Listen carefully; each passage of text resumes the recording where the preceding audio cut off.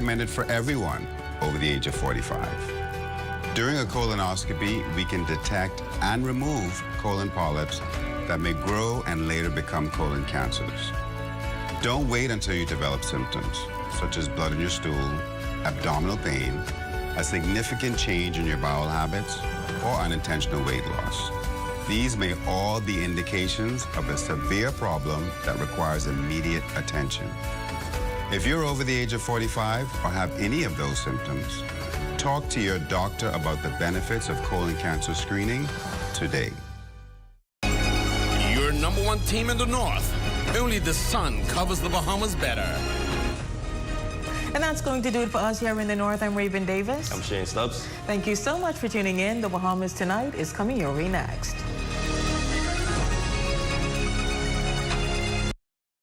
ZNS News is brought to you by the new BTC. Fiber is here. Faster, stronger, more reliable. Together, we are unstoppable. Switch today. This late night, the latest on that worksite tragedy as it enters the investigation phase. New details here tonight about yesterday's industrial action resulting in a worker being crushed to his death. Another day of nurses staying off the job. Are the parties any closer to making a deal? And you'll meet this year's top speller who made complicated look pretty easy. Those stories, the days, and the big news this late night, Friday, January 30th, 2026.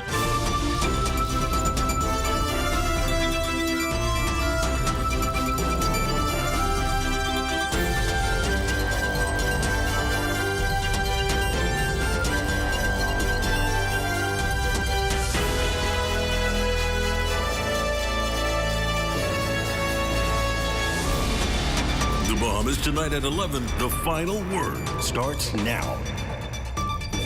And we are glad you stayed up with us this late night. I'm Corval Pyfrom. It is certainly not an easy way to go into the weekend, but efforts tonight to recover the body of a man crushed to death in an industrial action continue. And this as police confirmed that volunteers uncovered the victim's torso before the exercise was suspended due to low visibility the night before. Tonight, Cleopatra Murphy speaks with a friend of the deceased who shared details of what transpired. Goosebumps still on me now, talking to you. As men worked tirelessly to recover the body of a deceased man who was buried in the rubble after rocks collapsed on him as he worked Thursday, his friend Mark Turnquest is grateful to be alive. We were supposed to have been out here this morning, weekend. That's what he was preparing for us. So it's like Kingsley almost sacrificed himself for, could have been 7 or 8 hours. Underneath, they're gone. It was a somber scene Friday morning as efforts to recover the body of a 51-year-old Bahamian man continued a day after he was crushed while excavating at a fill pit off Tonic-Williams-Darling Highway. His brother anxiously waited as volunteers worked to remove the machinery encasing the body of the man his friend identified as Kingsley. He says the deceased had been alone, cutting and preparing fill for them to move to a job site when the material shifted, crushing him. That incident, he says, occurred shortly before 3 p.m., but it was a while before anyone learned of the tragedy. When the trailer would come to pick up the machine, when the gentleman come, he didn't see no machine, so we called the big boss and say, hey, the machine ain't here. The big boss said the machine have to be there. So they used GPS locator, and the GPS show where the machine's still here.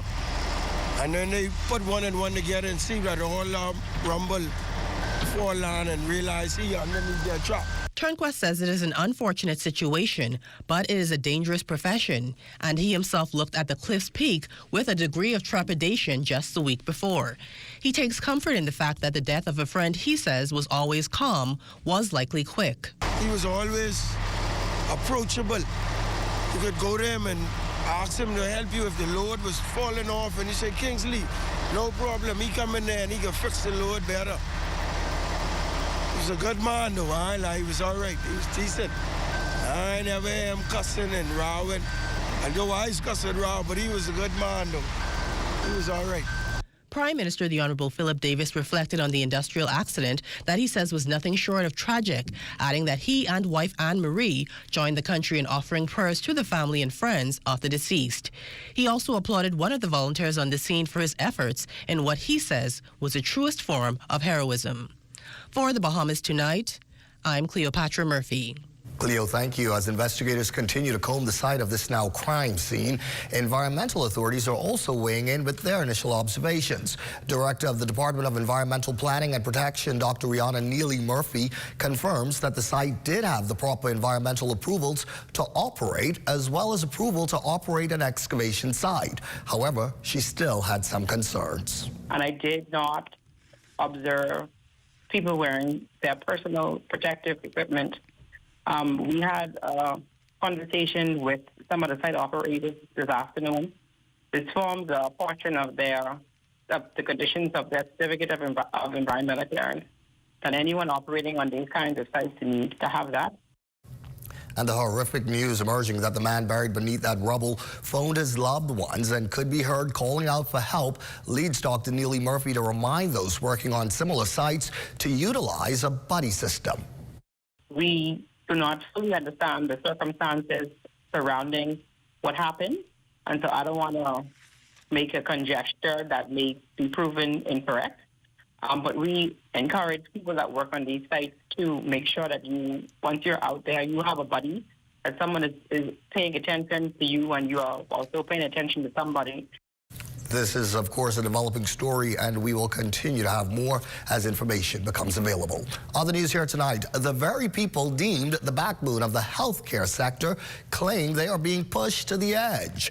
Public sector nurses are accusing health authorities of disrespect, broken agreements, and systemic failures, warning that the public health system is under serious strain. We hear more tonight from our Leah Cooper. Until they get their monies, they will not be going to work. That's the result. Tensions reaching a boiling point as a nationwide nurse sick-out enters a second day. Bahamas Nurses Union President Muriel Lightbourne at a press conference on Friday cited a laundry list of concerns plaguing nurses in the Public Hospitals Authority and the Department of Public Health. We have had incidents of public holidays not being paid, allowances not being paid, and we would have met over and repeatedly with our partners, and these matters are still not being resolved. Add to that the claim that there's some 1,200 nurses owed overtime pay. The PHA in a statement says disbursements are being processed, and to expedite payments, overtime compensation is being issued through a direct payment system as this falls outside the standard payroll cycle. But Lightbourne says nurses are waiting for the proof. I told them yesterday the problem is that the nurses don't trust you. So there's a distrust. And could you imagine that I'm working for somebody that I don't trust? The union president also claims more than 20 promotions remain incomplete, leaving nurses to do higher level work without the pay to match. We have a nurse sitting in the seat as acting director of nursing. After 1 year of acting, you're supposed to be made permanent. Lightbourne is calling on the powers that be to address their concerns and to do so immediately. For the Bahamas Tonight, I'm Leah Cooper. The nurses' industrial unrest has prompted the Public Hospitals Authority to make temporary service adjustments at the Princess Margaret Hospital as officials actively manage staffing levels as well as prioritize urgent and essential care. Outpatient services, including the eye specialty, medical, surgical, and ENT clinics are all closed. Additionally, all elective surgeries have been canceled at this time. Burns or plastics and wound care, oncology, and dialysis treatments will continue as scheduled. International Federation of Red Cross and Red Crescent Society's President Catherine Forbes says the body has underinvested in the region and needs to do more. Forbes, who is in the capital for an official visit this week, was addressing the relationship between the local Red Cross and the International Federation upon her arrival here yesterday. With the recent passage of the Bahamas Red Cross Society Amendment Bill that gives the International Society the ability to set up a physical presence in the Bahamas, Red Cross Society President Edison Sumner assures there will be more integration. Disasters are getting more frequent. Disasters are becoming more intense. We cannot respond to them as we have in the past. We must think more about the prevention and how we help people through that. So through that, we are now spending much more time here and in the Bahamas, in this region, for a collective decision. So this is a very important region to the Federation. This is a very important national society. We now are in the execution phase of the legal status agreement for the International Federation to establish a presence in the Bahamas alongside the Bahamas Red Cross. And if it goes the way we are planning, they will be occupying facilities in our offices. Well, Minister of State for Disaster Management, the Honorable Leon Lundy, and Director General in the Ministry of Foreign Affairs, Jerusa Ali, both recognized the long-time partnership between the organization and the Bahamas. Resilience is not built in boardrooms alone. It is built where people live, serve, and respond. For far too long, communities like Andros felt distant from national systems of preparedness and response, and that is changing, along with the President Sumner, who's also from Andros. Work is already underway to establish a permanent Red Cross presence in South Andros. My strong memory is from the help and assistance from IFRC post-Dorian. It's still present. And we're especially pleased that you've turned your focus now to Jamaica, Haiti, and Cuba, because they were really impacted by Melissa. And there is much more to stay up for this late night. When we come back, we'll introduce you to this year's Catholic School Spelling Bee winner. You're watching the Bahamas Tonight at 11. That story and the day's other news when we come back. It has the looks, the style, the performance. Your new car is everything you always dreamed of. Now it's here. Commonwealth Bank was happy to help put you behind the wheel with a new car loan at a competitive rate and fast, friendly approval. It's a service that just comes naturally to us, just like how love of tradition comes naturally to you. Commonwealth Bank, leader in personal banking services. Sweet and spicy, marinated right, tossed with chili. Wow, wow. Garlic and ginger, got many flavors, like honey barbecue. Signature hot wings, turn up the heat for you, for you. Those pepper wings, what's your flavor? Roasted garlic parmesan, tastes so good, chicken, you know. So many flavors to try. What's your flavor?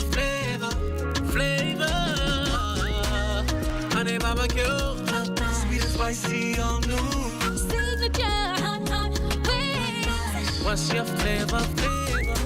Roasted garlic parmesan, tastes so good, chicken, you know. Those pepper wings.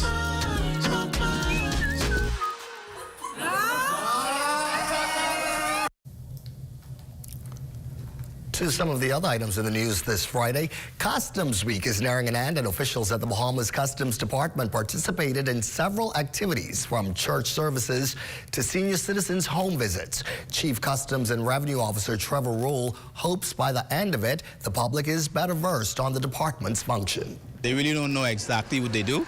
They only see us at the airport. So when they see us at the airport, it's not a pleasant scene because they know we're there to collect money. But there's so many other things that we do. I mean, we're involved with, not only at the airport, we educate individuals when it comes to the importation. And as you know, we are the first individuals at the border. So we try to assist in those capacities. 13 scholarships for various academic fields are up for grabs, from certification to PhD levels. And according to the head of the Education Scholarship Authority, Family Island students are pulling out all the stops to beat out their competitors to obtain those top scholarships despite limited resources. Here's LaDon Davis. Chair of the National Scholarship Advisory Committee, Robin Lyons, says $14 million is designated for scholarship grants each year, with the All Bahamas Merit Scholarship worth $35,000 over a 4-year period hotly contested. That scholarship is awarded to the top academic student in country, based on GPA, based on SAT scores and other civic and community service criteria, et cetera, 8 A's minimum in the BGCSEs.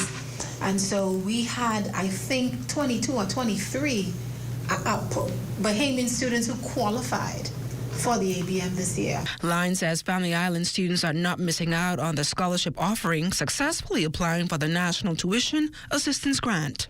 Persons who are actually successful in obtaining scholarships in 2023 from the Family Islands, 199 persons from our Family Islands are on scholarship currently based on a 2023 application and acceptance. 2024 we had 200 and 2025 we had 166. Line says there were other applicants who did not qualify for a myriad of reasons. Low GPA or insufficient BGCSEs or studying in an area that is not priority. So we're getting the word out there, and we're certainly, trying to ensure that Family Islanders are not disenfranchised. So to ensure that Family Island students are not left out due to the scholarship office's location, Line says virtual information sessions are readily available. So what we've done for the last, I think maybe 2 or 3 years, I've made sure that we have virtual information sessions solely for Family Island students who are interested. And so the officers are there giving presentations. Our technical support is there, walking them through the application, showing them what to do, what not to do. And what we've also tried to do is partner with the virtual school. Students interested in applying for scholarships can do so at www.scholarshipsbahamas.com. For the Bahamas Tonight, I'm LaDon Davis. Here's the story we've been waiting all night for. The 59th Catholic Archdiocesan Spelling Bee brought together some of the brightest young minds from across the local Catholic school system.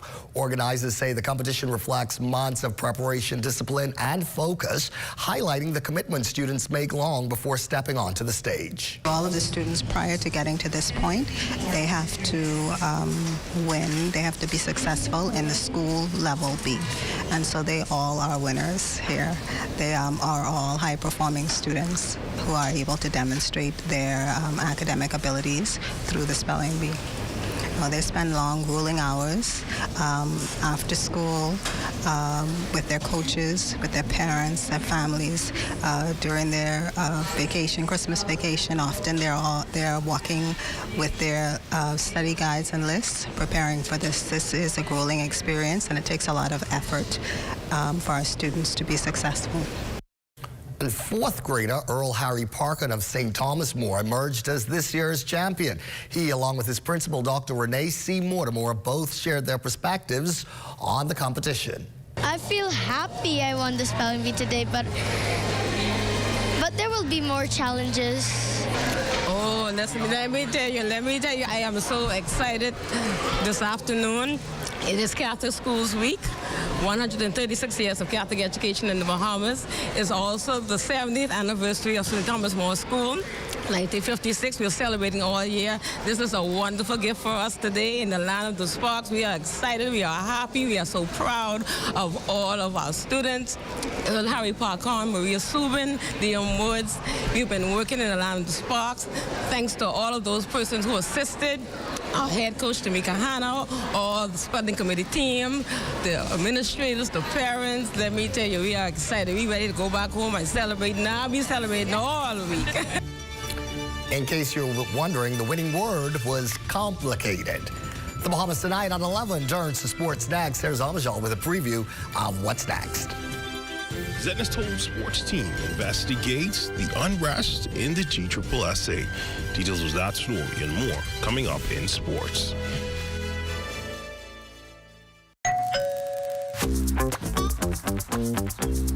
Wait, where you grabbing all these pizzas, boy?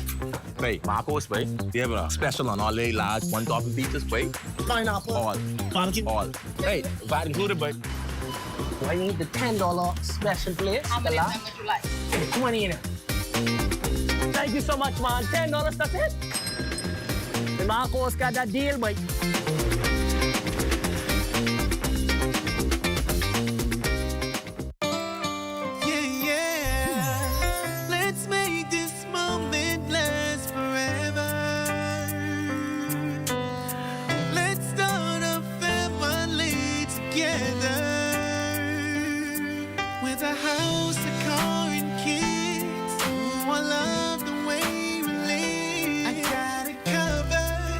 Be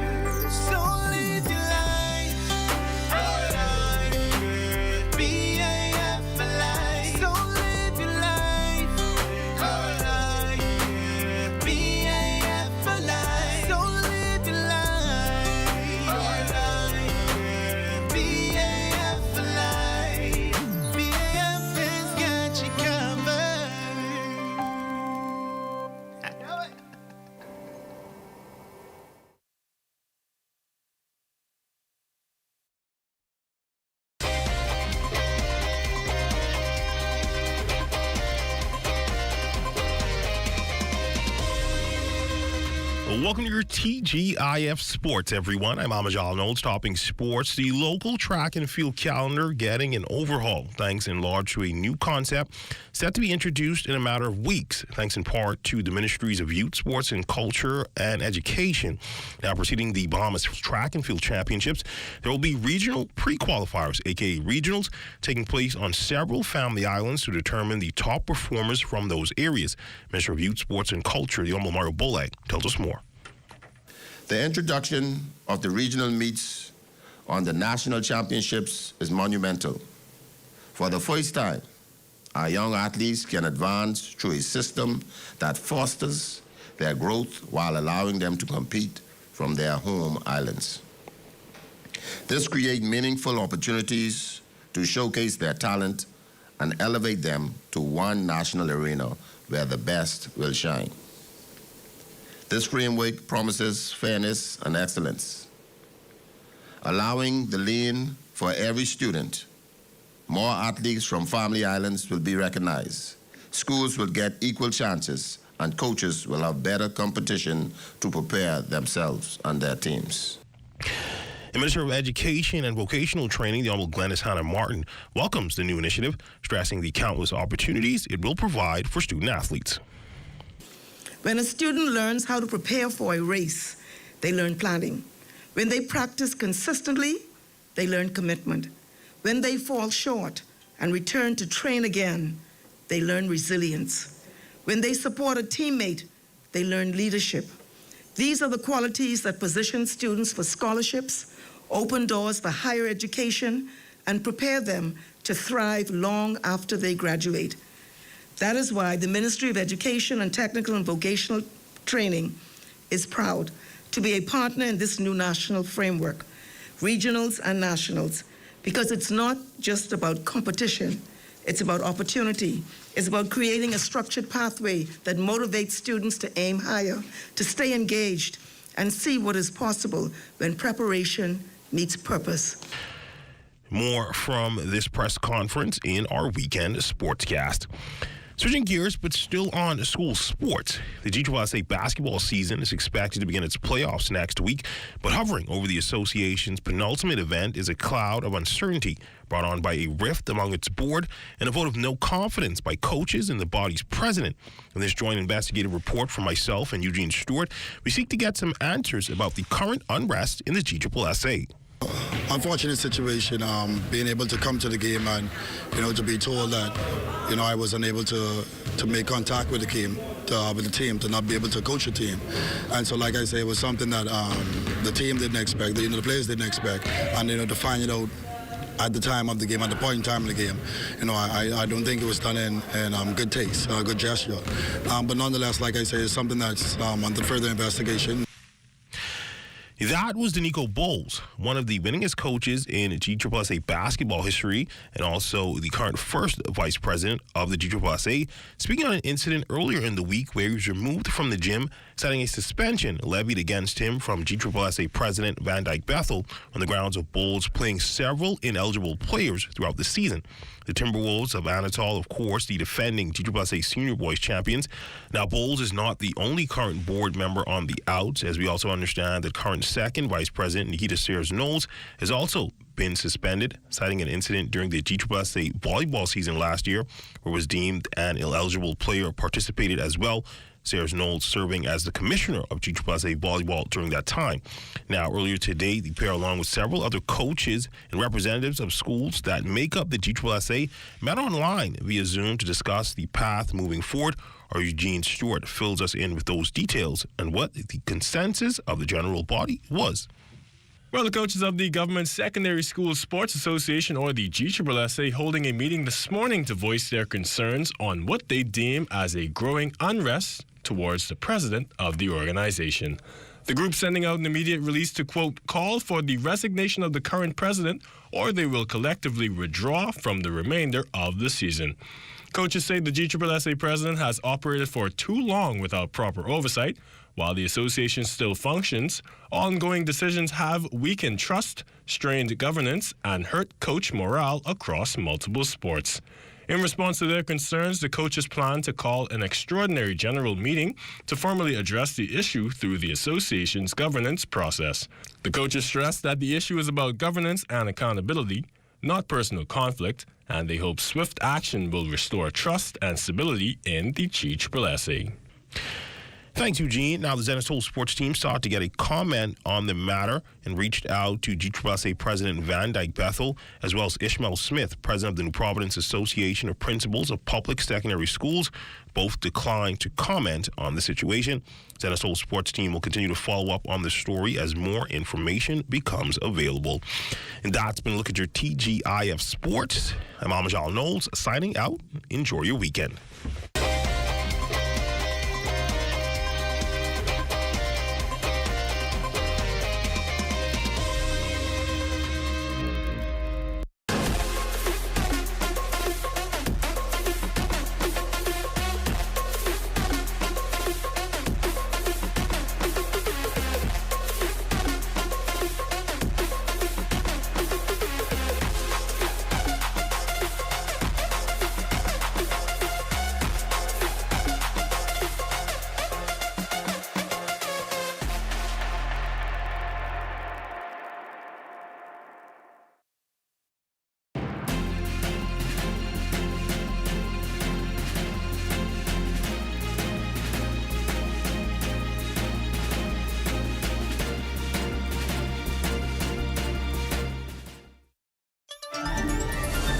In a time when leadership matters, when policies and priorities shape our communities, and when the Bahamas deserves clarity, not confusion, there's one place for real understanding. The Rundown, where Bahamian politics meets real life, where policies are examined and accountability is demanded, from Parliament to the people, from Nassau to the Family Islands.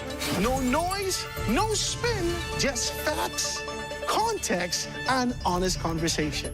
Join me, Howard Grant, for The Rundown. Weekdays right here on ZNS Bahamas, where only the sun covers the Bahamas better. Starting Monday, February 2nd. There's a great party going on here at ZNS tonight, but Basil and I had to run back inside for the 11 o'clock. So let's check in with Basil now for a look at tonight's weather forecast. Good evening, Corval. Heavy cloud cover has moved across the northwest Bahamas, making its way into the central Bahamas, and we also have that prefrontal trough which is going through, and that will generate some showers during the course of tonight. And temperatures around the islands: Marsh and Arabico 72, 71 in Greentoll, Key, and in Freeport, Grand Bahama. The Berry Islands, that's 74. Allenstown, Bimini 71 degrees, 76 in Harbor Island. Rock Sandy Lucha 75, 76 in Otterstown, Cat Island. Black Point, Exuma, Camp Space, North Andros reporting 75. Fresh Creek, Central Andros at 74. Georgetown, Exuma 78. In Rum Key and San Salvador, they have a temperature there of 76 degrees, and a little further south, Ragged Island, Clarence, Long Island, and Crooked Island at 82. Betsy Bay, Maguana 81. Acklands 81. Matthew Town, Inagua at 82. And the Turks and Caicos Islands at 77 degrees. Your forecast tonight: cloudy with occasional rains and even some drizzle, mainly early, turning breezy later on tonight. The low temperature is still chilly, 66 degrees. And tomorrow you're looking at very, very strong winds, periods of clouds and sunshine, high temperature 77 degrees tomorrow. And your extended weather forecast: those strong winds will be with us right through Sunday, start to let up a bit as we head into Monday, but we will have some very chilly temperatures. Looking here, 49 degrees on Sunday, 56 here on Saturday, and when you factor the winds into that, it's going to feel more like the low 40s here in the capital come Sunday and Monday of next week. So it's a very, very chilly weather shaping up. Things will start to warm up as we head into the early part of next week, where we'll see those temperatures once again find their way back into the mid-70s. Come on. Great weekend weather ahead. Thank you, Basil, and thank you for being with us this Friday. That is our broadcast this Friday for this week. I'm Corbell Pyfrom for Basil, Amo, and our entire team. You take care, be well, and we hope to see you again on Monday evening. Good night.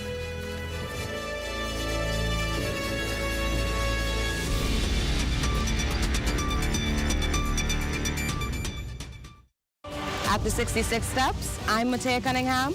This is ZNS.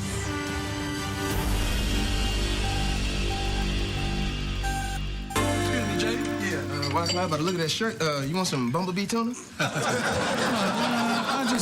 I'll just take a melon slice. Cool, melon slice. Watching your weight. That's good. And the chicken sandwich, the T-bone steak, the seafood platter, and the fried jumbo shrimp. Okay, one order slim fast and a big